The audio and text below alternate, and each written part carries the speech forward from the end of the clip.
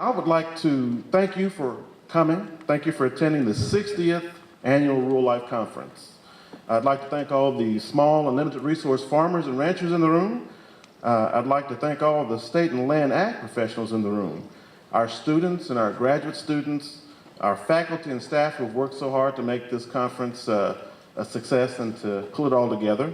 I'd like to thank our Chancellor, Dr. Alexander, and our Vice Chancellor for Academic Affairs, Dr. McCrae, and all the other administrators in the room. I see several. I don't know if I can mention them all. And we also have the retired dean of the School of Ag, Fisheries, and Human Sciences on the stage. Also, I'd like to thank any elected officials for coming that are in the office, in the audience. And I would be remiss if I didn't include the work of the Rural Life Conference Committee. We appreciate all the work that they've done to help make this conference a success.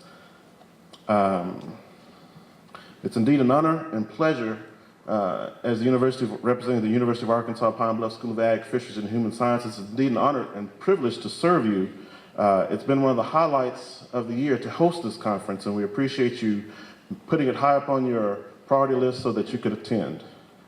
As I mentioned earlier, this is the 60th Annual Rural Life Conference. So I want to give you just a little bit of history about the Rural Life Conference. Professor Simon Alexander Haley, the Director of Agriculture at A.M.N. College, initiated the idea of a Rural Life Conference many years ago. The conference was held first in 1950, and although it was attended only by a small group of people, only 15 people in fact, it included a wealth of information. Short courses were planned for farmers, women, youth, and ministers. The topics included things like economics and poultry, animal husbandry, horticulture, nutrition, recreation, and social life.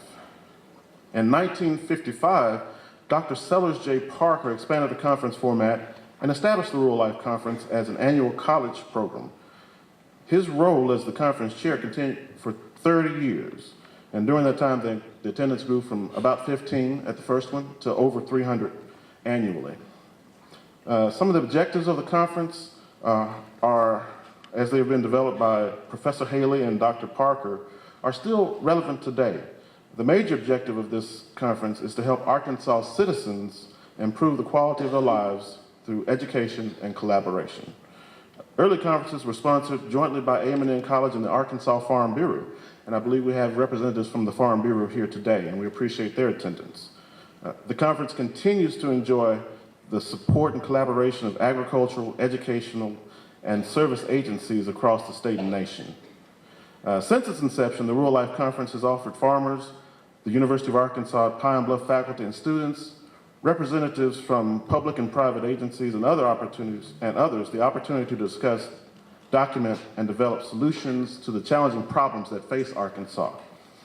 Under the progressive leadership of the School of Agriculture, Fisheries, and Human Sciences, and the continued support of the agricultural community and family professionals, and with the encouragement of the university's friends, their supporters, the Rural Life Conference continues to address the relevant themes that empower rural Arkansas. So please stay tuned to the Rural Life Conference.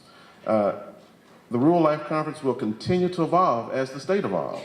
And so as the conference evolves and the state evolves, we want to continue to serve the needs. And so we're going to evolve. And it's going to be maybe a little different next year, but we want you just to stay tuned because there are changes coming, improvements, we hope. Now I'd like to tell you a little bit about our Chancellor, who is next on the agenda. He will give the greetings. But before he does that, I would like to just tell you a little bit about Dr. Lawrence Alexander. Of course, you probably know by now that he's a native of New Orleans. He holds master's degrees in journalism and communications from the University of Florida, a Juris Doctorate from Tulane University, and a PhD in higher education from Florida State University. He served as the Director of Graduate Minority Programs and as the Associate Dean of the Graduate School at the University of Florida. He's led many initiatives sponsoring research for undergraduate students and graduate students, which prepare them for all sorts of opportunities. Some of these initiatives include the Ronald E. McNair Scholars Program, the National Science Foundation Undergraduate Scholars Program, the University of Florida Howard Hughes Medical Institute Summer Research for Rising Seniors program. He's taught more than 10,000 students thus to this point in his career. He's taught both undergraduate and graduate courses in communications law. He's received many significant awards and honors, and in addition to these things, he's held several administrative positions throughout his career. He's been the chair of the University of Florida Department of Journalism and the Provost Administrative Fellow in the University of Florida Office of Academic Affairs. Let me tell you personally what I've witnessed about our Chancellor. He's smart. He's a very smart leader. He's a leader with vision. He's a leader with the courage to lead our university forward into the future. And those are the things that we're really seeing the benefits from here at the university. After the Chancellor gives his greetings, we'll then have Ms. Tiki Winston up to give our meditation. Dr. Alexander. Thank you, Dr. Buckner, for that great introduction. Good morning, everyone. Good morning. So happy to see all of you here today. I'm glad to be here to welcome you to the 60th Annual Rural Life Conference. 60th Annual Rural Life Conference. That's quite a milestone, and that's deserving of a round of applause because 6 decades that we've met, wow, and come together for this conference, as Dr. Buckner did tell us, was initiated by the late Professor Simon A. Haley, Director of Agriculture, and the conference has been a part of the University of Arkansas at Pine Bluff for all of these 60 years, and we've done it not by ourselves, and we could not have done it without all of you. So all of you play an important role in putting on this important conference. For 60 years, this conference has provided beneficial information that contributes to the improvement of our communities, of our state, and of our nation. The theme of this year's conference is sustainable, healthy, profitable rural development. A sustainable community is one that aims to maintain and improve the economic, environmental, and social characteristics of an area so its residents can continue to lead healthy, productive, enjoyable lives. Living a healthy lifestyle means adapting several behaviors that positively impact your well-being. Therefore, it is important, it is imperative that we continue to endorse and offer opportunities that bring awareness to healthy living, methods to building sustainability in our communities for the betterment of humanity. Because of the vested interests of our students and our faculty, staff, stakeholders, community supporters, and collaboration with agricultural, educational, and service agencies across the state and nation, we can continue to share the information that is relative to agricultural production, family and farm management, enterprise development, and other related subjects. Through our collective endeavors, our partnerships, and our resources, we are able to provide opportunities that will further enhance the development and empower rural Arkansas through this Rural Life Conference.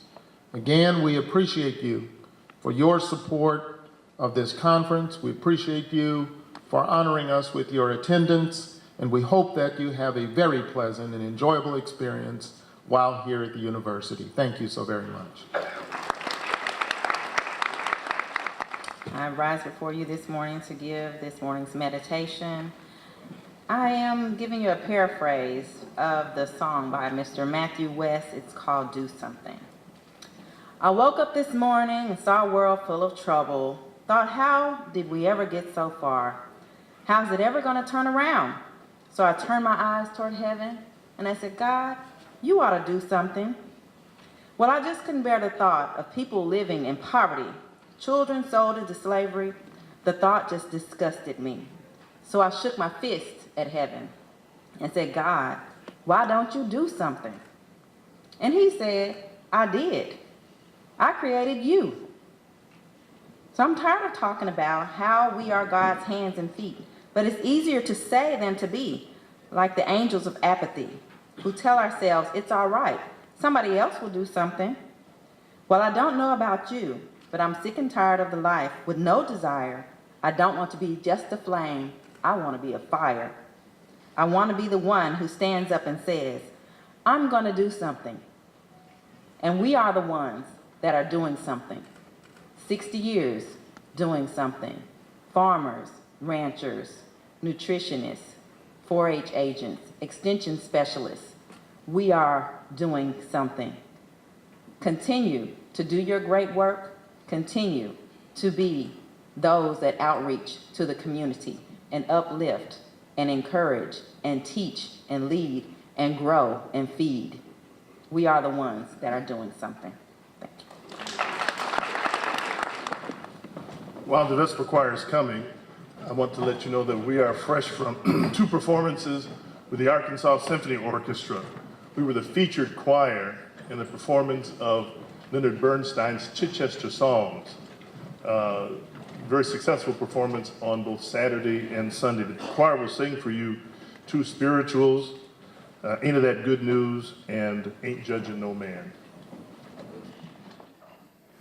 I got a crowd up into the kingdom, ain't that good news? Ain't that good news? I got a crowd up into the kingdom, ain't that good news? Ain't that good news? I'm gonna lay down this world, gonna shoulder up my cross, gonna take it home to my Jesus, ain't that good news? Good news.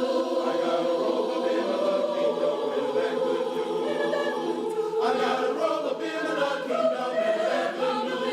good news? I got a roll up into the kingdom, ain't that good news? Ain't that good news? I'm gonna lay down this shoulder up on my cross, gonna take it home to my Jesus, ain't that good news? Ain't that good news? Good news. I got a Savior in the kingdom, ain't that good news? Ain't that good news? I got a Savior in the kingdom, ain't that good news? Ain't that good news? I'm gonna lay down this world, gonna shoulder up on my cross, gonna take it home to my Jesus, ain't that good news? Good news, good news, good news, good news. Ain't that good news?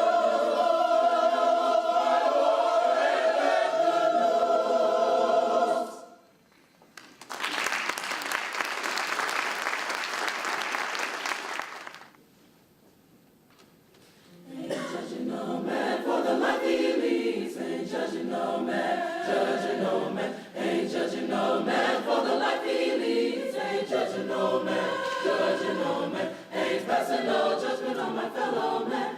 I'm leaving it all in the good Lord's hands. Ain't judging no man for the life he leads. Ain't judging no man, judging no man. Some folks struggle, I don't know why. Trying to pull a Spencer from the neighbor's eye. The Lord gave me worries enough of my own. I don't have time to cast the first stone. Ain't judging no man for the life he leads. Ain't judging no man, judging no man. Ain't judging no man for the life he leads. Ain't judging no man, judging no man. Ain't passing no judgment on my fellow man. I'm leaving it all in the good Lord's hands. Ain't judging no man for the life he leads. Ain't judging no man, judging no man. If you knew me, you'll make me disappointed by what you find.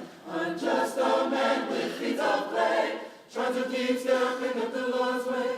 Ain't judging no man for the life he leads. Ain't judging no man, judging no man. Ain't judging no man for the life he leads. Ain't judging no man, judging no man. Ain't passing no judgment on my fellow man. I'm leaving it all in the good Lord's hands. Ain't judging no man for the life he leads. Ain't judging no man, judging no man. Ain't judging no man, no man. Ain't judging no man, ain't judging no man. Ain't judging no man, no man. Ain't judging no man, ain't judging no man. Ain't judging no man, no man. Ain't judging no man, ain't judging no man. Ain't judging no man.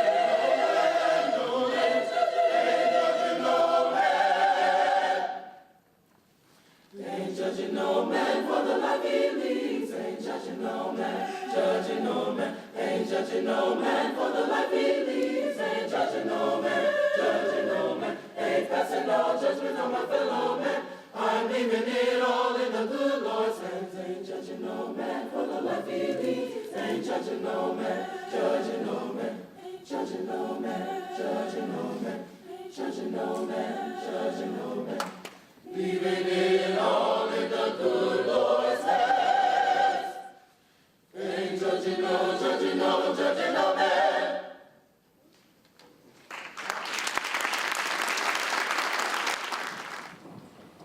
Good morning. I love the choir, so one more hand for the choir. I'm very pleased this morning to welcome Dr. Craig Tucker, who is our S.A. Haley Memorial Lecturer. As two of our previous speakers have already said, S.A. Haley was the director of Ag at AM&N and did conceive the concept of a Rural Life Conference.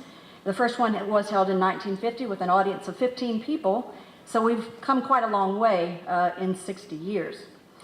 Dr. Tucker needs no introduction to the people in the aquaculture field. Everybody knows who Craig Tucker is. Most of us consider him a mentor and a role model. We're very glad today to be able to share him with a different audience. He is currently the research leader for the Warm Water Aquaculture Research Unit in Mississippi. Dr. Tucker received his undergraduate degree from California State University, Humboldt, and his PhD in microbiology from Auburn. He conducted postdoctoral work at the Woods Hole Oceanographic Institute before joining Mississippi State University. He was the first scientist hired in the university's aquaculture research program there. He served there as professor and director of Mississippi State University's aquaculture program and was also director of the USDA NEFA Southern Regional Aquaculture Center before retiring in 2012. And he's been more active than ever since he retired. Dr. Tucker was appointed to the USDA Senior Science and Technology Service in 2012. His research interests include developing new pond-based aquaculture production systems and environmental management practices for aquaculture. He has written or edited 9 books on different aspects of aquaculture and has authored hundreds of scientific articles and book chapters. Dr. Tucker has received a number of awards from the Catfish Farmers of America, Catfish Farmers of Mississippi, and also the Delta Council's Aquaculture Achievement Award. He has also gotten the United States Aquaculture Society's Career Distinguished Service Award, Mississippi State University's Faculty Research Award, Mississippi State University's College of Forest Resources Research Ag Award, the World Aquaculture Society's Exemplary Service Medal, and also First Mississippi Corporation's Excellence in Research Award, as well as the Delta Council's Agriculture Researcher of the Year. Ladies and gentlemen, I'd like to introduce Craig Tucker. Some of those things are true. One thing that she failed to mention is I'm so computer illiterate that I have to have a lot of help here. I'm an old professor, and so I'm used to using visual aids, and so you'll have to excuse me with this. I made it as painless as possible. This is what I'm going to talk about today. It's about the fate of mankind to always overestimate the abundance of the planet's resources. It's just the way we are. You look at the Earth, it's a big, huge blue planet. The oceans seem limitless, and specifically what I'm going to talk about is the fish in the ocean and how we've consistently overestimated how many there were and how valuable they are to us. And we've come to the end of that age of abundance, and farming now has to play a large part in that. But first, I have an audience participation question. Who is this man? That's right, that's Dr. Parker. I only met Dr. Parker once. I came to work at Mississippi State University in late 1979, and I met him maybe in the winter of 1980 or early 1981. And those of you who knew him, I think, will agree with this, because everyone I've asked has said the same thing. When I met him and talked to him, he was one of the maybe 2 or 3 people I've ever met in my life who you felt some sort of heat or vibration from him. There was something that was not normal. It was very, very special. And I think it's really hard to describe what that was, but I have a friend at Stoneville that I work with who was working for Dr. Parker at that time. And I asked him, do you have any remembrances, or what do you remember about Dr. Parker that I can communicate this morning to the group? And he said it twice. He said, Dr. Parker was a great, great man. Then he said it again. Dr. Parker was a great, great man. And when, in the context of what I'm going to tell you in a minute, I think you'll see there was something very special about this person. In about 1972, he and Dr. Holliday had an idea. And I'm going to use that word idea right now, and a little bit later I'm going to call it something else. But he had this idea of establishing at this university a program in research and educating young people in fish farming. That's not a normal idea. And when you look at the timing, and I do look at the timing, it was truly extraordinary. It was unbelievable. I have no idea. It was just unbelievable.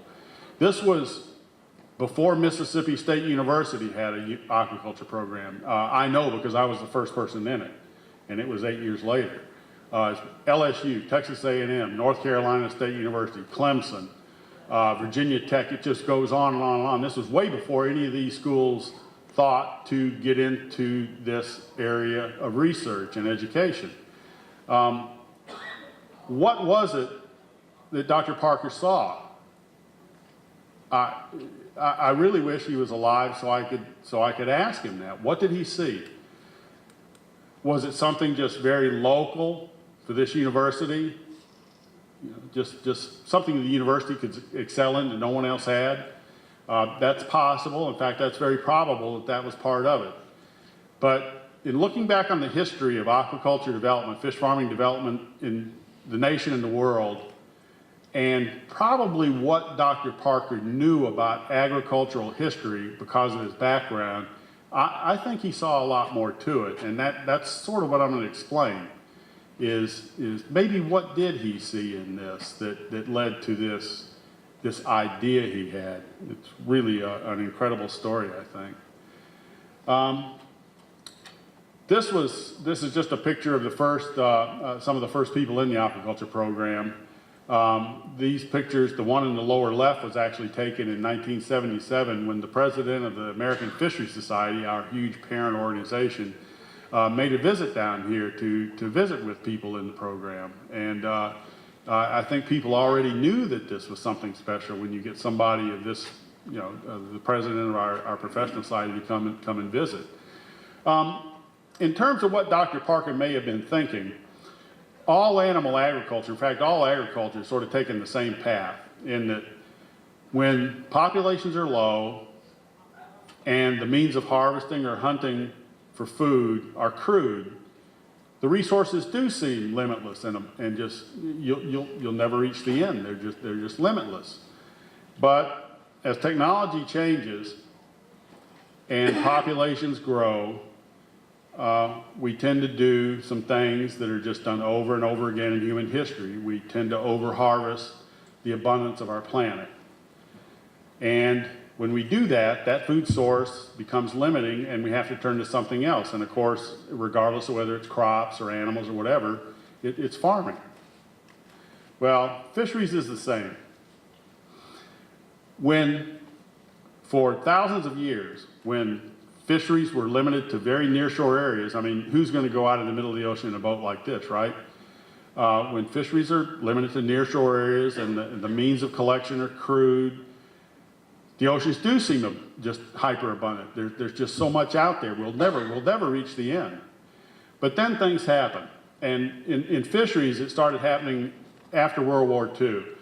There were actually technological developments that occurred as part of the war effort that had a dramatic impact on the fisheries of the world.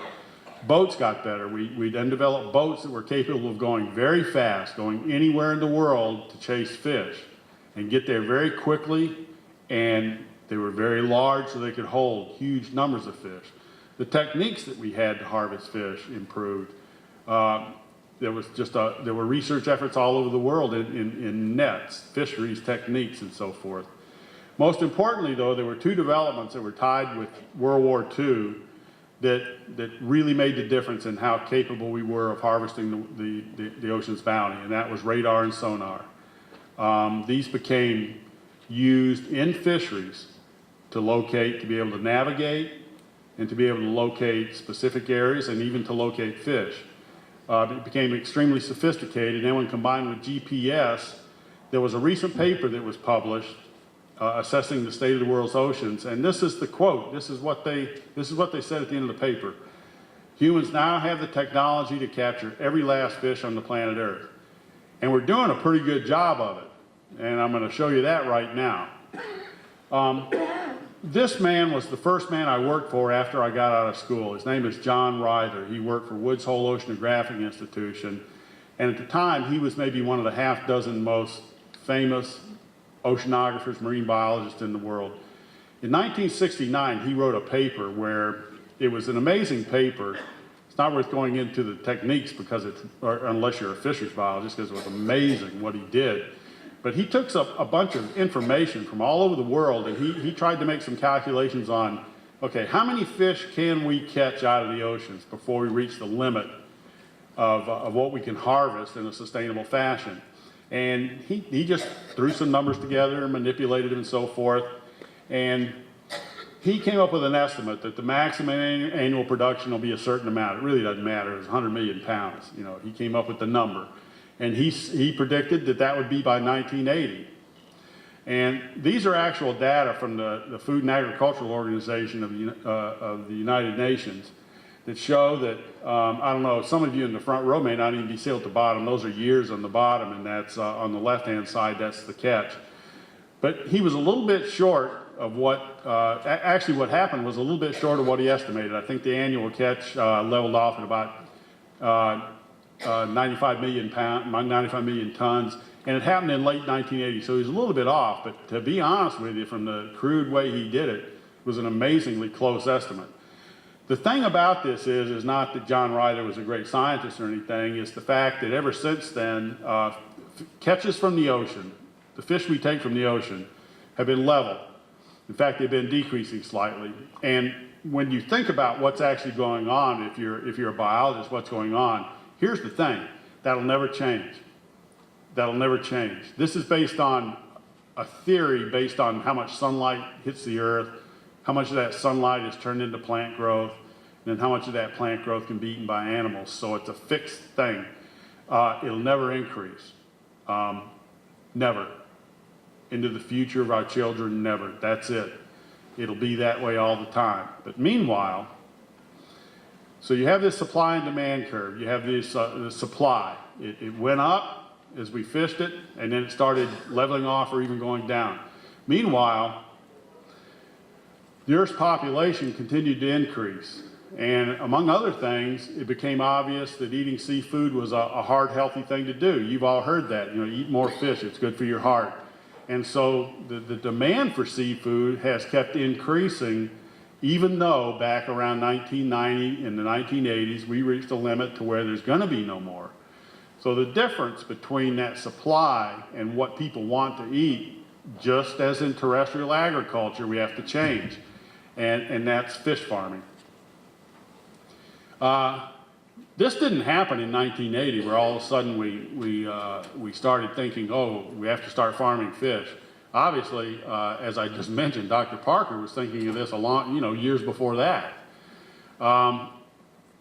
It goes back very, very far. There are hieroglyphics on Egyptian tombs going back 2,000 years before Christ. And the first written account of this was in China, where a man named Fan Li wrote, you know, there's some pretty good ways to make a living, and raising fish is one of them. You know, it's sort of an odd thing to say, but he was even thinking of, you know, making money commercially, raising fish. What has changed, though, over the years is the diversity of aquaculture as things have gone on. And I'm going to point some of this out just to set something up here in a minute, so bear with me. We have ponds. I'll go back to that. We have ponds. That's all, you know, you drive around Arkansas, you see ponds. They're used to raise things like the best fish on the earth as far as I'm concerned, because I've been working with them my whole life, catfish. Other things, tilapia, carp. Most of the shrimp that you eat, when you go to the market, most of the shrimp you see in the market are not caught in an ocean or somewhere. They're actually raised in ponds somewhere. There's really fancy things. There's cages that are set off in nearshore waters, usually in cold waters, that are used to raise salmon. There's some amazingly complex, futuristic cages that are anchored way offshore into the ocean, and they're used to raise all sorts of marine fish, things that you would never think you would ever have captured. Tuna even are raised in these cages offshore. You have raceways. These are just channels, oftentimes used to raise trout. And you have what some people think is the pinnacle. You have these very, very carefully controlled, huge indoor systems where you can control everything. Water temperature, the environment, everything you can think of, and you can raise almost any fish you want at very high densities. And so you have this huge variety, and I'm going to come back to that in just a little bit, and so I needed to sort of set the stage on that. So here we are. Based on the catches in the ocean being stable or declining, raising fish in a farming setting is necessary.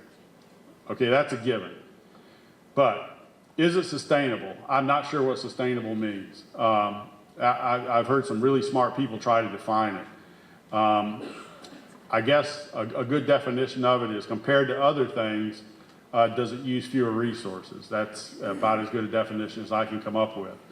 So we know we need to do it, but is it a good way to do it? We know we need to raise fish in aquaculture, but is it a good way to raise fish? So I'm going to compare, and here's where the professor comes out. There's going to be some graphs up here, and they're really simple, so don't worry about it. Compare raising fish in fish farming to capture fisheries and other types of agriculture, because I think this is important in looking how maybe Dr. Parker looked at things, looking back on what he knew about terrestrial agriculture. First of all, and this is really key, it's probably the most important point, and most of the people who took some sort of biology, and all you fisheries biologists, should know that of all the animals, fish are the most efficient converters of food to flesh. There's several reasons for this. They're cold-blooded, so they don't spend a lot of energy, keeping warm. They float in the water, so they don't have to spend a lot of energy fighting gravity and trying to maintain some position in space. There's other reasons too, but this graph shows a real small bar means that they are using food very efficiently, and the larger bar means they're using food much less efficiency. And you can see that of all these animals, these typical farm animals that are on this graph, this is bad. Can you see it? That's okay. That some of the more common fish that you may know, catfish is up there, are really quite good at converting food to flesh. So they're efficient farm animals. This has a real important implication to productivity, agricultural productivity. When you look at animal productivity, like how many pounds of animals you can produce per acre, you not only add in the facility area, like pond area, how many acres of ponds you have, you also have to account for all of the land area that's used, say, to produce the feed that is then used to feed the fish or the cattle or the swine or the poultry. So it's all the land that's being used to supply all kinds of resources as well as just to hold the animal. And here's how aquaculture, these are global averages, compares to all these other types of livestock and agriculture. Again, the higher the bar means you're producing more per acre. And this is dramatic when you look at particularly the comparison between aquaculture, global aquaculture, and global livestock production, the difference. It's on the order of maybe 15-fold higher productivity in global aquaculture than in livestock. So they're efficient converters of feed, and what that translates into is they use less land to produce the feed, to feed them, and so their productivity, when you add all that up, is much higher than most other types of livestock and farm animals. The best indicator of sustainability or resource use and what might happen in the future, whether this is a sustainable source of seafood, is energy use. It's a nice thing because it sort of combines all things into one measure.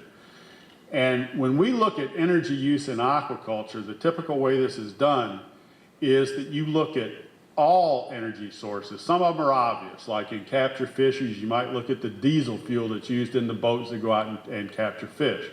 In farming, you might look at the diesel fuel that's used in the tractors you see on the farm, but there's a lot of other things going on too. There's all of the energy that's used to make the tractors, all the energy used to make the boats, all the energy used to make all the equipment you see on a fish farm. So there's all these types of energy use that feed into supplying you the equipment and supplies you need to do this farming activity. You also have things like all the energy used to produce the crops that are used to feed the animals. This includes the energy used to produce the fertilizers that are used to produce the crops that are used to feed the animals. So these energy analyses of all these things are really complicated, and they try to get every single aspect of how much energy is used to grow, say, a catfish or a cow or whatever it might be. That includes all the transportation costs too. This is transporting the feed stuff to the feed mill and just, you know, everything associated with growing that animal. These are the averages. These are global averages, and this is really misleading, but I put it up here just as sort of an introduction to where I'm going next. Again, the higher the bar, the larger the bar, means more energy is required to produce that animal than the ones with the lower bar. And you can see there's tremendous differences. These are global averages again. And that aquaculture, on average, uses much less energy to produce protein than these other forms of agriculture. And that's a very good thing. I think energy use is a good surrogate for just all sorts of resource use. So this is good. But this is unfair because this is a global average, and it also includes all sorts of animals. Just a minute ago, I showed you all these different sort of animals that are raised in aquaculture, all these different sorts of systems they're raised in. And to be honest, the same thing happens in these other terrestrial animals too. You have cattle raised in feedlots, you have pastured cattle, and it just goes on and on and on. So there's a lot of variation with these different types of animals. And so here's a simplified, well, I say it's simplified. It's simplified compared to what I gave a talk a few weeks ago. What this shows is these bars that go horizontally are the average amount of energy, and there's no units on this. It's just relative as compared to these other animals. For instance, soybeans at the bottom, I don't know if y'all in the front can see the soybeans. Soybeans are a very energy efficient crop to raise. All sorts of the plants we raise are very energy efficient, and this is the argument that people that have vegetarian diets often use, is that the world would be better off if we quit eating meat. It's much more energy efficient to eat plant materials, grains, vegetables, fruits, and so forth, than it is to eat meat. And typically this graph shows that, yeah, that's true. They use a lot less energy to make these crops. There's some fish, and then as you go up, there's some fish that are relatively energy efficient, and you keep going up, and you see poultry, swine, salmon, cattle, and so forth, increasing energy use for each of these. Cattle, again, stands way out there as a relatively inefficient use of energy. Ocean fish, there's a large bar across the top of that ocean fish thing, and that means that there's a whole bunch of different kinds of ocean fish, and there's a really wide range of energy input to grow these fish. That orange bar now down the middle is the average amount of energy used to capture ocean fish, to go out and fish for fish in the ocean and use it. If you go down and kind of look at how some of these animals fall either to one side or the other, you'll see that some types of fish in aquaculture, like sea bass and salmon, are actually somewhat less efficient than just going out and catching them in the ocean. Other fish, like catfish and tilapia, are pretty efficient. In fact, they're quite efficient compared to catching fish in the ocean. What this has led to is people have started not talking about, okay, is fish farming good, but is certain types of fish farming good? And here's the second audience participation question. Does anyone know who this man is? He's the most famous fisheries biologist in the world right now, I think. Anybody? Daniel Pauly. He's at University of British Columbia. an amazing man. I have a stack of papers a foot deep on my desk by this man. He made a statement in a recent paper, and it blew me away because I wish he had said Mississippi. But what he said was, he looked at substituting aquaculture, or fish farming, for fishing in the ocean. And he said, yeah, it's going to be necessary. We're going to have to do it. But for it to be truly sustainable, for it to be a viable part of our future food supply, this is what he said. It must be based on farming species like catfish in Arkansas. That was, like I said, I sure wish he'd have said Mississippi there, but he said Arkansas. At any rate, this is actually the truth. The bottom line truth is that there's some fish, and they happen to be some fish that we deal with in the southeast, and that the University of Arkansas at Pine Bluff has contributed quite a bit to, that are going to become very, very, very important in the food supply in the future. Jason Kelley, who put this quote in a recent book, took a look at all of agriculture and what needed to happen in the future for agriculture to meet our future food supplies, and he took the year 2050. And he said that we're going to just, essentially what he said is we're going to have to reduce the resources we use. It's not going to work the way we're doing it right now. He had a number there of 60%. By 2050, we're going to have to reduce by 60% the resources we use to produce food in order to meet the needs of the future generation based on the population growth that's expected. And then he said this, which was amazing.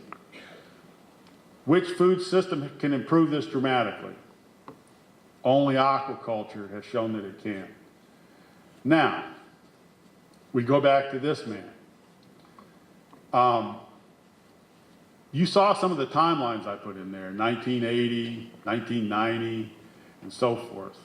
This man was thinking of something back in the early 1970s that hadn't even happened yet.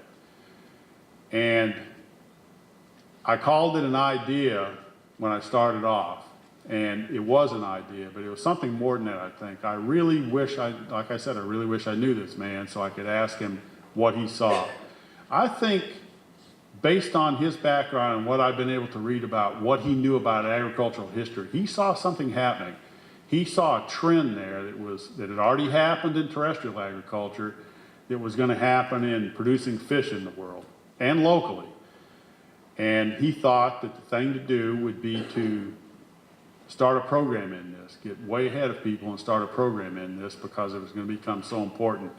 Some of the people that this university has produced have played, Dr. Lockman's very much one of them. So the work she's done in nutrition and improving the diets we use to make them more sustainable have contributed tremendously to what I'm talking about here. But I think the vision that Dr. Parker had, and then the action he took of getting money and starting this program here, like Nelson Mandela said, this was an amazing, just an extraordinary activity that he started here. What it is that this university now plays a large part in assuring the future for our children. And I think you can all be proud of being associated with this university. Thanks. Dr. Tucker, in honor of your presentation here today as the Simon Haley Memorial Lecture, we'd like you to accept this medal from the University of Arkansas at Pine Bluff.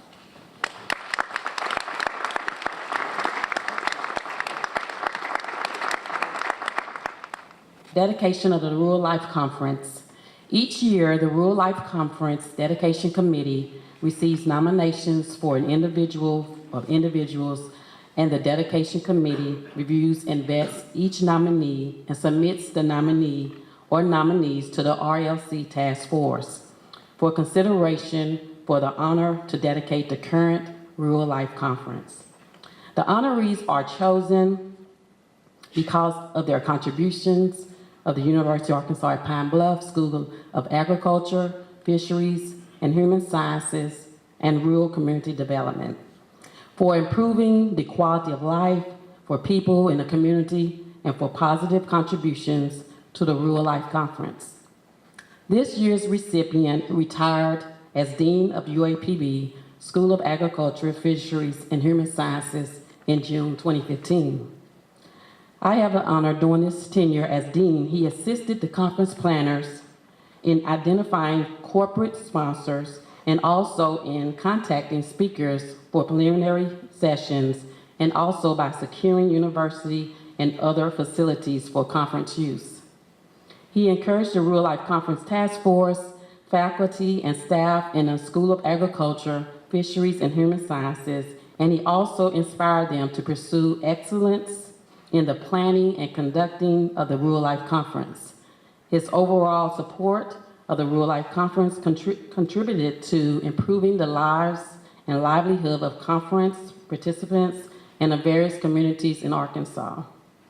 This year's recipient its degrees include a doctorate in vegetable crops from Cornell University, a master's in horticulture from Mississippi State, and a bachelor's of science education from Delta State University.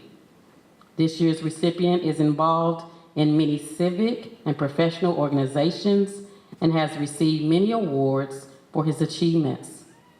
He was the principal investigator for the U.S. Department of Agriculture, supported project in collaboration with partners in the Americas, also in Ghana.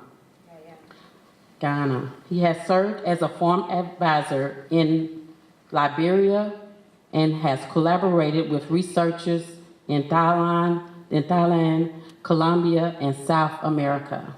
Our recipient has his beautiful wife, Cynthia, have 6 children, Cheryl, James, Bonita, Robert, Angelia, and Lene.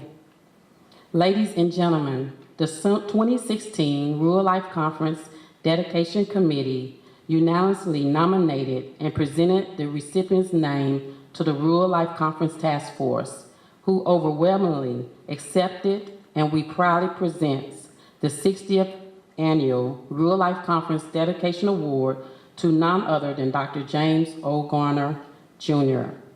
Dr. Garner, will you please come forward, and Dr. Butner will present to you the 2016 RLC Dedication Plaque.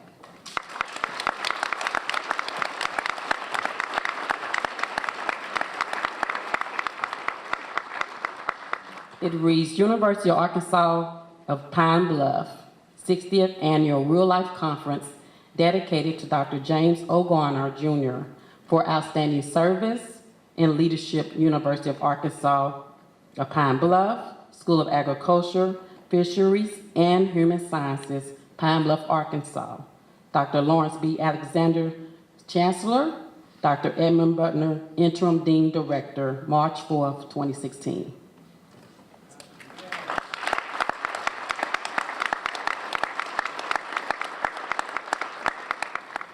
Good morning. Good morning. Thank you all for being here today. It's my great pleasure to welcome you all to the 2060 Rural Life Conference on Sustainable, Healthy, and Profitable Rural Development. This year marks the 16th anniversary of our Rural Life Conference at University of Arkansas at Pine Bluff. Much progress has been made during the past 16 years, and much more need to be done. Small farmers in our rural area are faced many challenges, such as economic challenges, nature challenges, and marketing challenges on their daily life. And then the government and university advice and research are important, such as our Rural Life Conference. Our conference will serve as a forum to provide a solution to the challenge that the farmer will face in their life. This year, we have offered a workshop targeting the need for small farmers in our rural area. The 8 workshops range from soil and land improvement, managing big cater for profitability, financial planning for profit, and UAPB role in Arkansas private palm management. Great thanks to the staff at University of Arkansas and Pine Bluff, and then the conference planning committee, and then others for their hard work over the past several months in planning for the 16th annual Lulu Life Conference. To enjoy the conference, please contribute actively to this conference to make it a success. We look forward to seeing you next year. Thank you all being here today, and I wish you a blessed day. Thank you. And one more note from the program. I would like to remind you to fill out all the evaluation form. We would like to hear from you so that we can improve our service. Thank you.